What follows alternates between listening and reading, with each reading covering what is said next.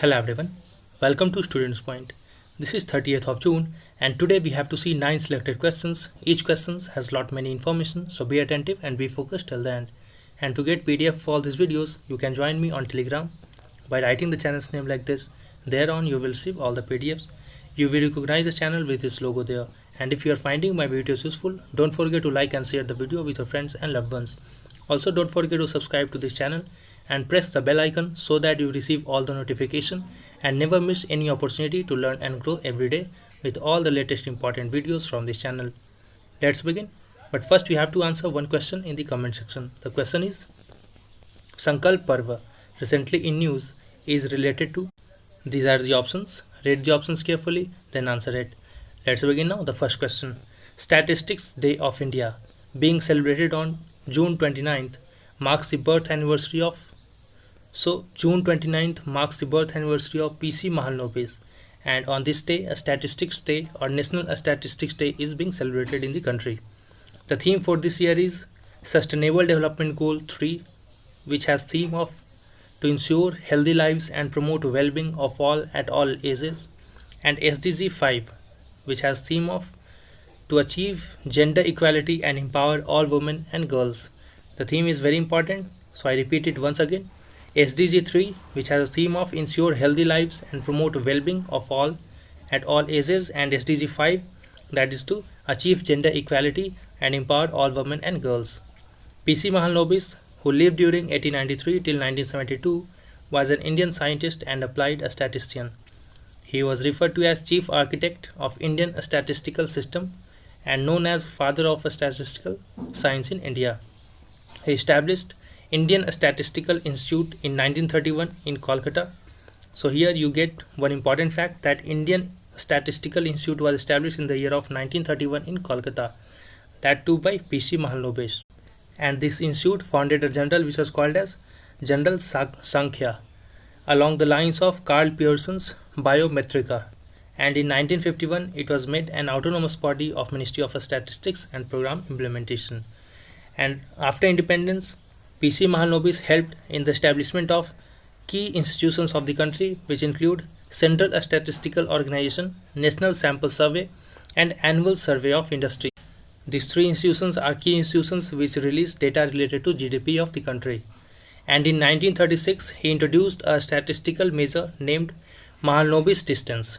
It is widely used in cluster analysis and classification techniques. He was one of the members of First Planning Commission of Free India. Remember, he was also a member of Planning Commission of Free India. And Mahalanobis model, you must have heard about Mahalanobis model, which was employed in the second 5-year plan of India, and it aimed at rapid industrialization. So P.C. Mahalanobis plan is called, or Nehru Mahalanobis plan, which was the plan of second 5-year plan of India. It aimed at rapid industrialization in the country, while the first plan was called as or was based on Harrod-Domar model. So first plan was Harrod-Domar model and second 5-year plan of India was called as Nehru Mahalanobis model. And Professor P.C. Mahalanobis National Award in Official Statistics is given for recognizing the outstanding achievement of official statistician in central government, state government and other institutions. And many of you has already enrolled into monthly current affairs series, but those who will enroll later on, one important notice for everyone, those who are going to enroll later on, that please give your email IDs. It will be easier for me to communicate with you, either to send any message or to send any material in soft copy. So send your or feed your email IDs which is active, as well as your number which is active with you. And for those who are unaware of this test series, let me tell you that I am going to organize 7 tests in a month that will include separate test for polity, economy, international news, science and technology, environment, history and culture, and other topics which will not be covered in these 6 sections, which will be included in miscellaneous topic, which will include subtopics of awards, indices, personalities, sports and other subtopics. And questions and explanation of all the tests will be provided in PDF format. You will have to read all those PDF formats explanations, and thereafter I will take your questions in the comment section and made a separate video on all those explanations of dots which will be asked from your side. And there are three subscription plans for this monthly test series. The first one is for 1 month, which will cost only rupees 79, while for the second plan, which will include 21 tests for 3 months, which will cost only rupees 219. For 6 months there will be 42 tests and it will cost you 439 only. So those who have not enrolled yet, don't miss this golden opportunity. Take this test, you will realize the benefits of it. Next question now. Which article provides special provision for Nagaland? So Article 371A provides the special provision for Nagaland. This Article 371A, which was included in the Constitution by 13th Amendment Act 1962, says that Parliament cannot legislate in matters of Naga religion or social practices, Naga customary laws and procedures, administration of civil criminal justice according to Naga customary law, and ownership and transfer of land without the concurrence of State Assembly. So this Article 37A forbids the Parliament authorization in these matters, which include Naga religion, social practices, customary law, administration of civil and criminal justice, Naga customary law, and transfer of land without the concurrence of a State Assembly of Nagaland. However, this article was in news recently because Governor of Nagaland R.N. Ravi wrote a letter to Chief Minister Neiphiu Rio and said that constitutionally established state government was being challenged on a day-to-day basis by armed gangs who questioned the integrity and sovereignty of the country. Governor later said that he could no longer abstain from constitutional obligations and proposed that under Article 37A Clause 1 Subclause B of the Constitution, important functions like transfer and posting of officials entrusted with the maintenance of law and order will be done only after the approval of the governor. So governor is taking the control and authority within his own hand. Next question now. Khum Mukcham Sanjita, who is a weightlifter, belongs to? So Kumcham Sangeeta is a weightlifter from Manipur. So here B is the right answer. And when she was exonerated of doping charges, she received the Arjuna Award in 2018. And Chanu won gold medal at 2014 Glasgow and the 2018 Gold Coast events in women's 48 kg and 53 kg weight category respectively. The next question now. Consider the following statements about Zealandia. It is an almost entirely submerged mass of continental crust located in the southern Pacific Ocean. This statement is correct. Zealandia is almost entirely submerged mass of continental crust. It is located in the southern Pacific Ocean. It is also known as Tasmantis due to the proximity to the Tasman Sea. This statement is also correct. So remember that Zealandia is also called as Tasmantis because of its proximity to Tasmania Sea. So here C is the right answer. And earlier it was part of Gondwana land, but it broke away around 83 to 79 million years ago. Many times I have told you that land mass earlier was jointly at one place, but it broke away into two parts. The northern portion of that landmass was called as Laurentian and the southern portion of that landmass was called as Gondwana land. Further, this Gondwana land was further divided into many portions, out of which Indo-Australian was also one of the plate. Later on, India was subdivided from Australia and we see that India and Australia is now far away and being filled by Indian Ocean. Similarly, there is a landmass called as Zealandia. So it was also part of Gondwana land. The landmass may have completely submerged by around 23 million years ago, and at present 93% of it remains submerged beneath the Pacific Ocean. And this is the Zealandia portion, and a little portion is uplifted, which is at present the New Zealand. So New Zealand is only a little part of submerged Zealandia. Entire portion of this Zealandia is submerged in the Pacific Ocean. And the name and concept of Zealandia was proposed by Brooke Liandic in 1995. Political divisions at present in Zealandia includes New Zealand, New Caledonia, Norfolk Island, Lord Howe Island Group, Elizabeth and Middleton Reefs. The next question now. The International Day of Tropics 2020 is being celebrated on? So the International Day of Tropics 2020 is being celebrated on 29th of June. The day is observed to raise awareness on the issues and problems faced by areas in tropical region. What is tropical region? So all those areas which lies between Tropic of Cancer and Tropic of Capricorn are called as tropical regions. What is Tropic of Cancer and Tropic of Capricorn?